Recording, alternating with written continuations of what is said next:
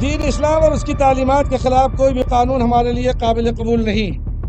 ملک کے دستور کے بجائے اپنے مخصوص نظریات کے مطابق اس ملک کو چلانا چاہتے ہیں۔ میں ان کو بتا دینا چاہتا ہوں کہ یہ منظور نہیں ہوگا، اور مسلمان نہ کبھی جھکا ہے اور نہ جھکے گا۔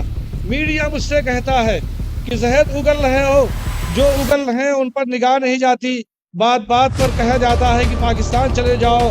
ہم کیوں چلے جائیں؟ ہمارے سامنے تو آپشن تھا، ہم نے تو اسی سرزمین پر رہنا پسند کیا ہے۔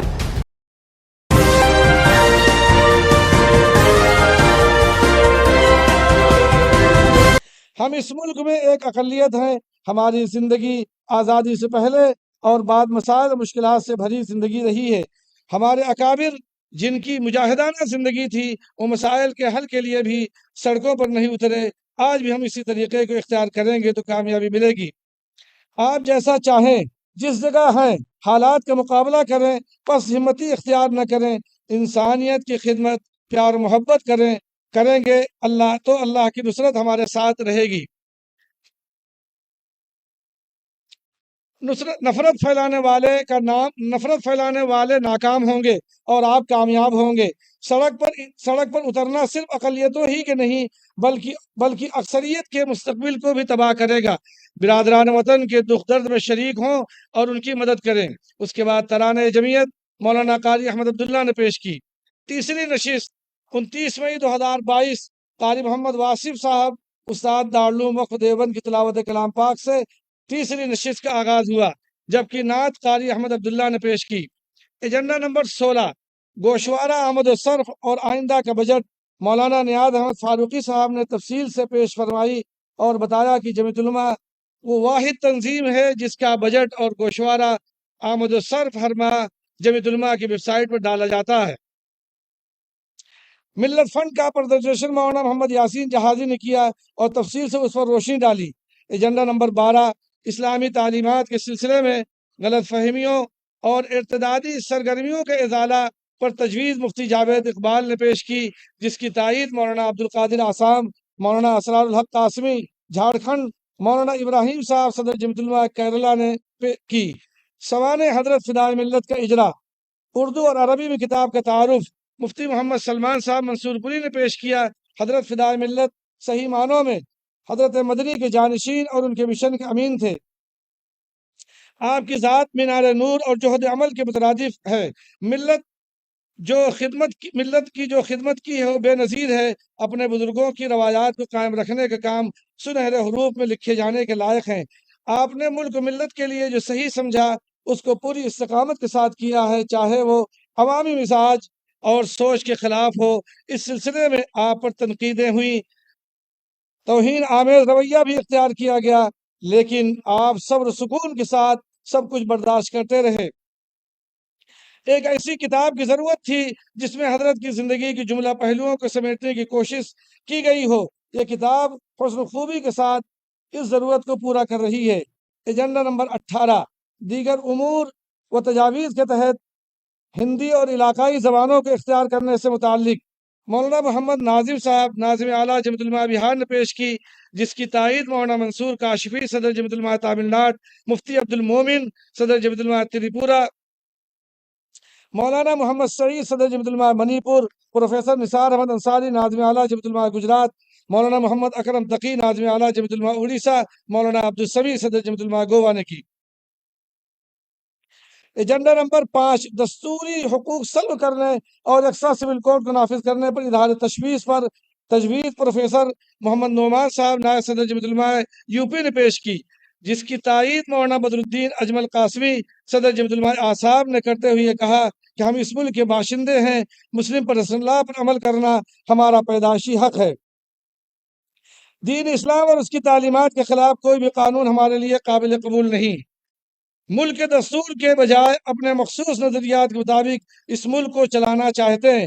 میں ان کو بتا دینا چاہتا ہوں کہ یہ منظور نہیں ہوگا، اور مسلمان نہ کبھی جھکا ہے اور نہ جھکے گا۔ ان کی یہ بھول ہے کہ مسلمانوں کو جھکا لیں گے۔ ہم اکابر کی نصیحت کی وجہ سے خاموش ہیں اور اس لیے پیار محبت کی تعلیم دیتے ہیں اور مشتعل ہونے سے روکتے ہیں۔ میں حکومت ہند سے اپیل کرتا ہوں کہ وہ سنجیدگی سے ان باتوں پر غور کر لیں۔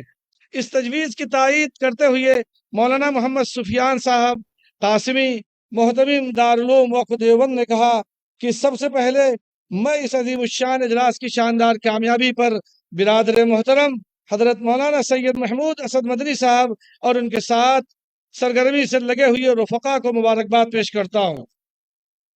سب سے پہلی چیز یہ ہے کہ احوال نئے نہیں ہیں، تاریخ کے صفحات پر شاہد ہیں کہ اسلام کے سامنے مختلف قسم کے چیلنج آتے رہیں اور اللہ ایسے افراد بھی پیدا فرماتے ہیں جنہوں نے مومنانہ فراست اور جرات کے ساتھ ان کا مقابلہ کر کے ان کو پسپا کیا ہے۔ بے شک حالات خراب ہیں، لیکن مایوسی کی کوئی وجہ نہیں۔ ہم نے اکابر کی قربانیوں کو فراموش کر دیا ہے۔ ارباب مدارس کو چاہیے کہ طلباء کو اکابر کی تاریخ سے واقف کرائیں۔ اگر حکومت اگر یہ سمجھتی ہے کہ اس طرح کی حرکتوں اور ہتھ کنڈوں سے دین اسلام کو مٹا دیں گے تو یہ ان کی غلط فہمی۔ ہم جمیعت علماء کے شانہ بشانہ کھڑے ہیں اور اس کی سبھی تجاویز کی بھرپور تائید کرتے ہیں۔ اس تجویز کی تائید کرتے ہوئے مولانا سید اظہر مدنی صاحب نے کہا اگر حکومت مسلم پرسنل لا اور اسلام کی تعلیمات کے خلاف کوئی قانون بناتی ہے تو جمیعت علماء آخر سے آخر تک جانے کی کوشش کرے گی۔ ایجنڈا نمبر 18 دیگر امور و تجاویز کے تحت مسلم مجلس مشاورت و دیگر متبادل تنظیموں کے سلسلے میں تجویز حضرت مولانا قاری شوکت علی صاحب نے پیش کی، جس کی تائید سبھی حضرات نے کی۔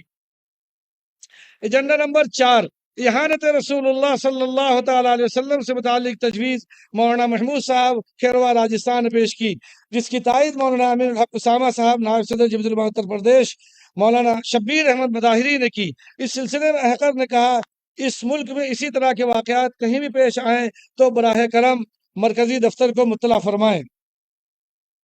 ایجنڈا نمبر 7 گیان واپی مسجد اور مسورہ عیدگاہ سے متعلق تجویز حافظ عبید اللہ صاحب بنارسی نے پیش کیا، جس کی تائید کرتے ہوئے حضرت مولانا مفتی راشد صاحب نائب محتمم دارالعلوم دیوبند نے فرمایا جمعیت علماء اسلام کی عظیم الشان جماعتوں میں سے ایک ہے۔ جمعیت علماء فقیروں کی جماعت ہے، جمعیت علماء فقیروں اور اسیروں کی جماعت ہے۔ اللہ نے ہر دور میں اس کے اٹھے ہوئے قدموں کی لاج رکھی ہے۔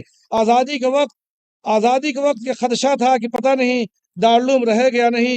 حضرت مدنی، حضرت شیخ اور حضرت مولانا عبدالقادر رابلی چٹان کی طرح ڈٹ گئے اور نہ صرف دارالعلوم باقی رہا بلکہ دیگر بہت سے مدارس قائم ہوئے۔ اس ملک میں ساری دنیا میں مسلمان قیامت تک باقی رہیں گے اور انشاءاللہ یہ سرزمین سجدوں سے آباد رہے گی اور علماء و حفاظ پیدا ہوتے رہیں گے۔ اس تجویز کی تائید مولانا عبدالواحد خطری ناظم اعلیٰ جمعیت علماء راجستھان نے کی۔ اعلامیہ مولانا محمد سلمان صاحب بجنوری استاد دارالعلوم دیوبند نے پیش کرتے ہوئے فرمایا کہ ملک کا ایک طبقہ موجودہ حالات کی ذمہ داری اکابر پر ڈالنے کی کوشش کر رہا ہے۔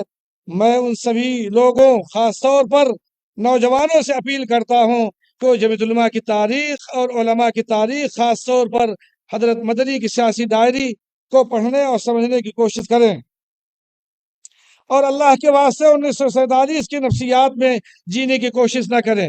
اختتامی خطاب حضرت صدر محترم باتیں سبھی ہو چکی ہیں، مزید کچھ کہنے کی ضرورت نہیں محسوس ہو رہی، لیکن بزرگوں اور ساتھیوں کا حکم ہے اس لیے کچھ عرض کر دیتا ہوں۔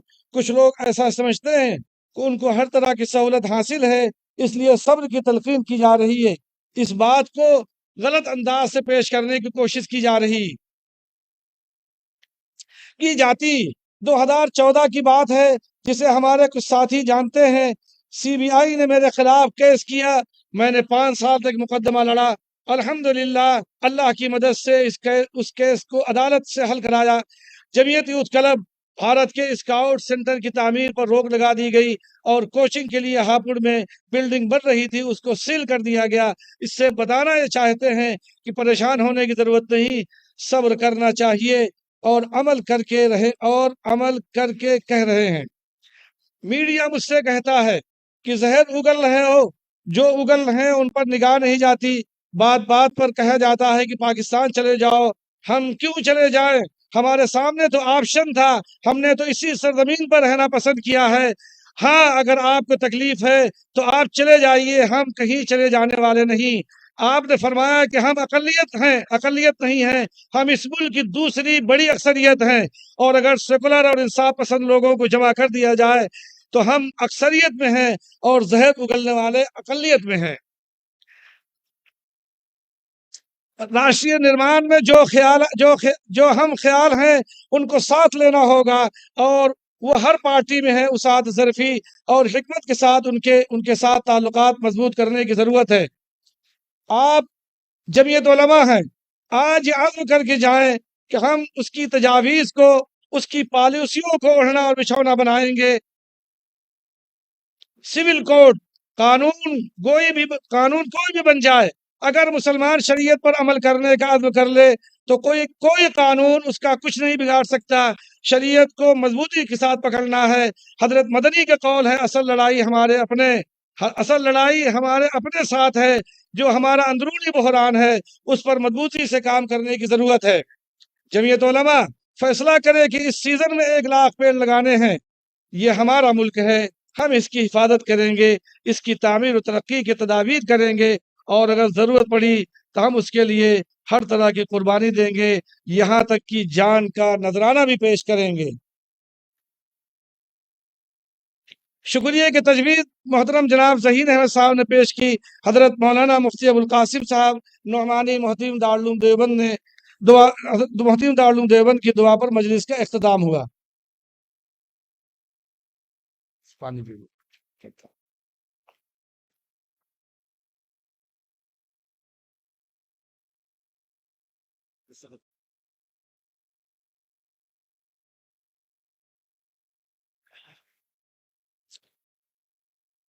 سابقہ کارروائی جو پیش کی گئی ہے بہت اہم ہے، ایک ایک جملے پہ غور کریے، اور جو اپیل آپ حضرات سے کی گئی تھی اس حوالے سے ہم لوگ کہاں کھڑے ہیں۔ الحمدللہ پوری جمعیت علماء یہاں کھڑی ہے، اکابر کے حوالے سے بھی اور ملک کے حوالے سے بھی۔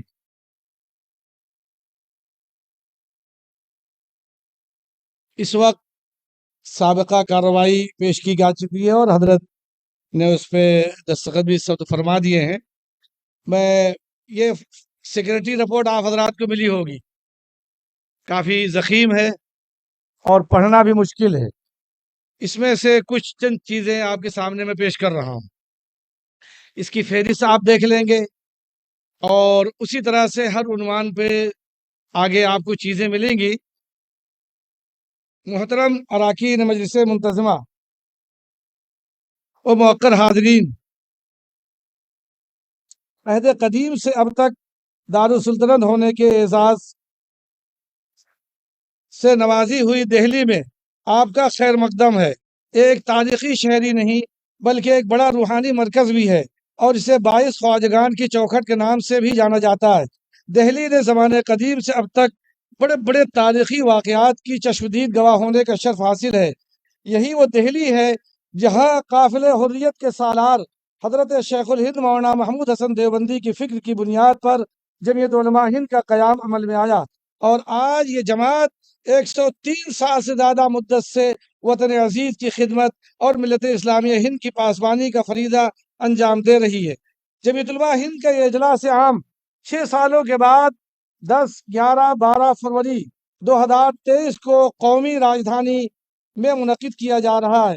آپ سب نے سابقہ اجلاس کے موقع پر خواجہ کی نگری اجمیر شریف میں بھی کثیر تعداد میں شرکت کی تھی، اور ملت کو درپیش مسائل پر سنجیدگی، توجہ، دل جمعی اور اطلاعات پر مبنی فکر کے حوالے سے غور و خوض میں حصہ لے کر آئندہ کا لائحہ عمل تیار کرنے میں اپنی عملی شرکت سے ملت اسلامیہ ہند کے لیے زندگی آسان بنانے کی صورتیں وضع کرنے میں ساتھ دیا تھا۔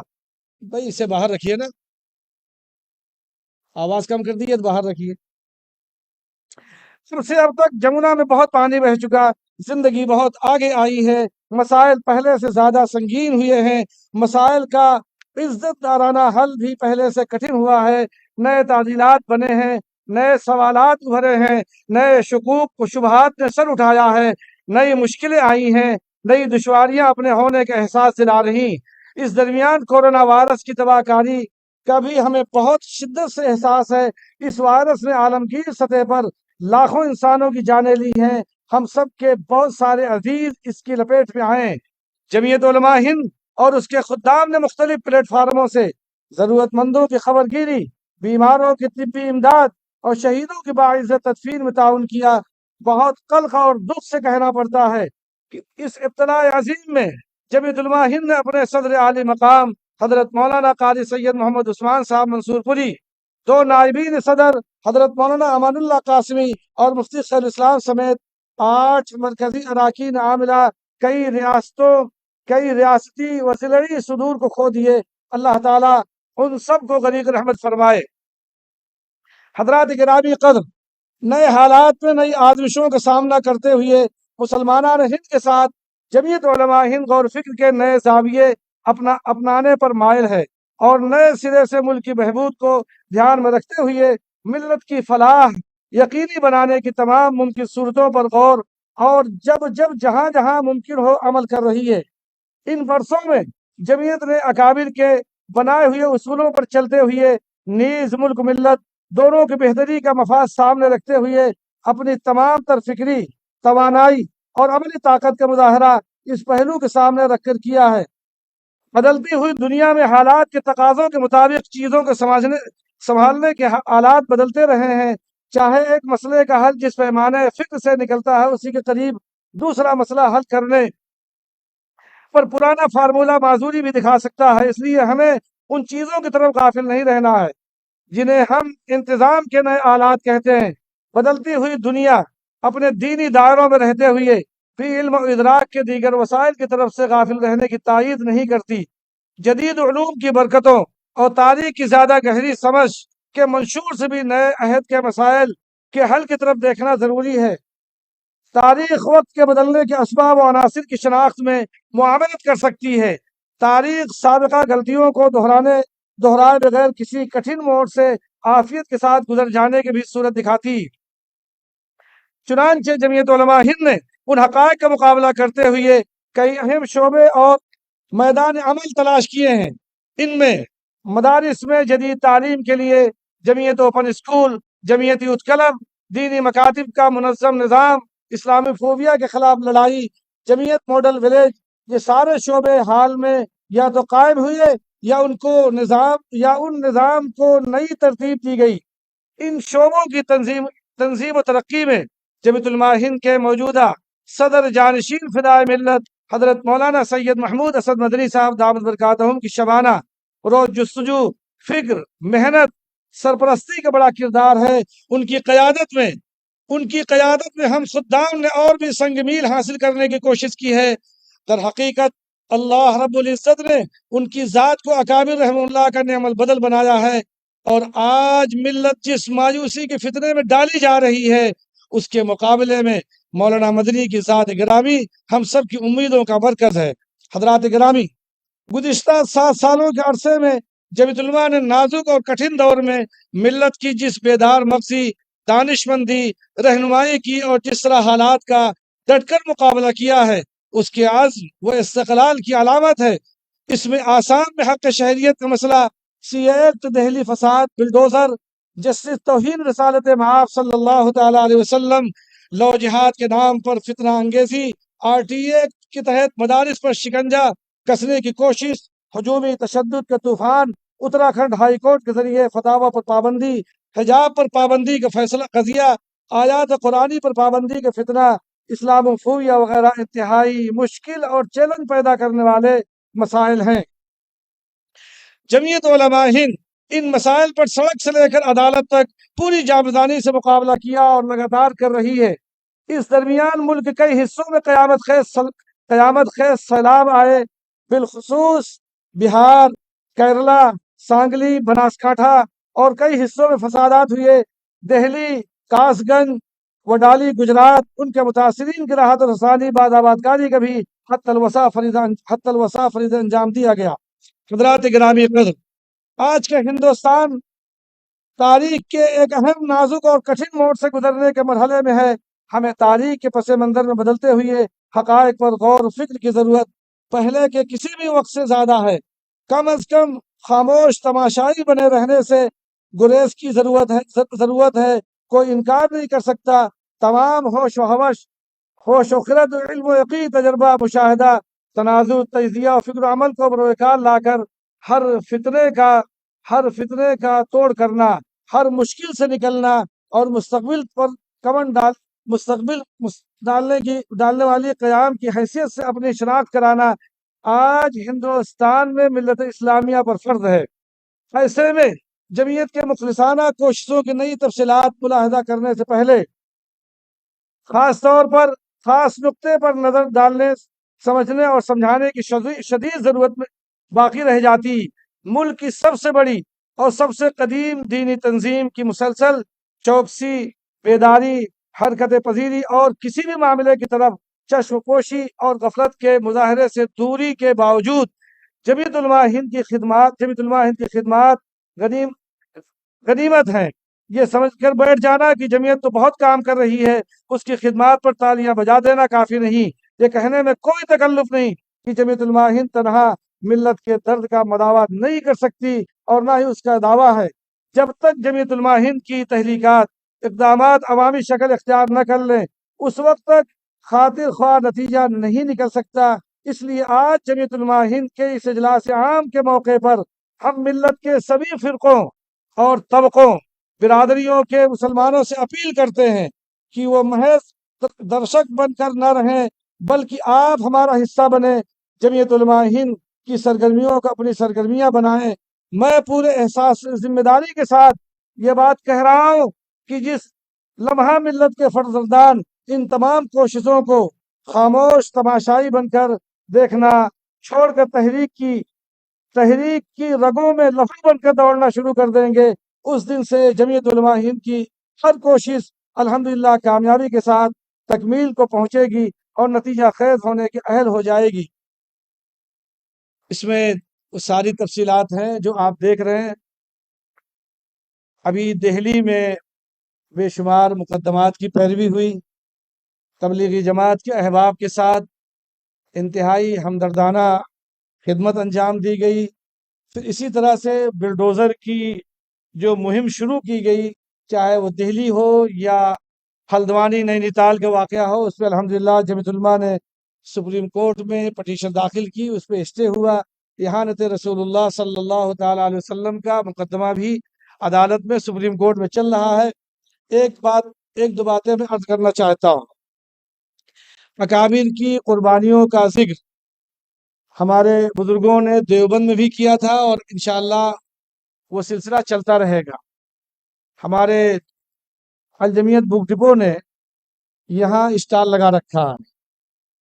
الحمدللہ اجلاس جشن 100 سالہ کے حوالے سے جمعیت علماء نے اپنے اکابر پہ مستقل سیمینار کا نظام بنائے ہوئے ہے۔ بہت سے بزرگوں پہ سیمینار ہو چکے ہیں۔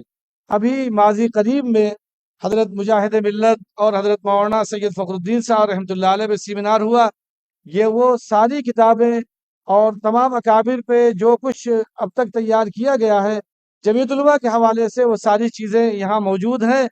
اور آپ حضرات سے گزارش ہے کہ مدارس کے طلباء کو، چونکہ دارالعلوم دیوبند کی مجلس منتظمہ میں اس کا ذکر تھا، الحمدللہ اس سال تھوڑی سی گزارش کی گئی اکابر سے، انہوں نے اسے قبول کیا، لیکن ملک یہاں جمع ہے، جمعیت علماء کے کارکنان، مدارس کے ذمہ دار حضرات، میری آپ سے گزارش ہے کہ آپ اپنے بچوں کو، طلباء کو انعامی پروگراموں میں کتابیں دیتے ہیں تو جمعیت علماء کے اکابر کی ان کتابوں کو آپ منگائیں اور ان کو انعام کے طور پہ پیش فرمائیں، تاکہ بچے جب وہ کل بڑے ہوں گے، ان کا مستقبل آگے بڑھے گا، انشاءاللہ ہمارے اکابر کی زندگیاں ان کے سامنے ہوں گی، وہ اسے پڑھیں گے، سمجھیں گے اور پھر ان کے مشن کو آگے بڑھائیں گے۔ امید کہ آپ حضرات اس پہ توجہ فرمائیں گے۔ ہر شخص، ہر آدمی، جتنے لوگ یہاں آئے ہیں، کم از کم ایک سیٹ ضرور اپنے لیے لے کے جائیں، اور باقی اپنے ادارے کے لیے اور اپنے اداروں میں انعامی پروگراموں میں ان کو ضرور شامل کریں۔ جزاک اللہ، بہت بہت شکریہ۔ السلام علیکم ورحمۃ اللہ وبرکاتہ۔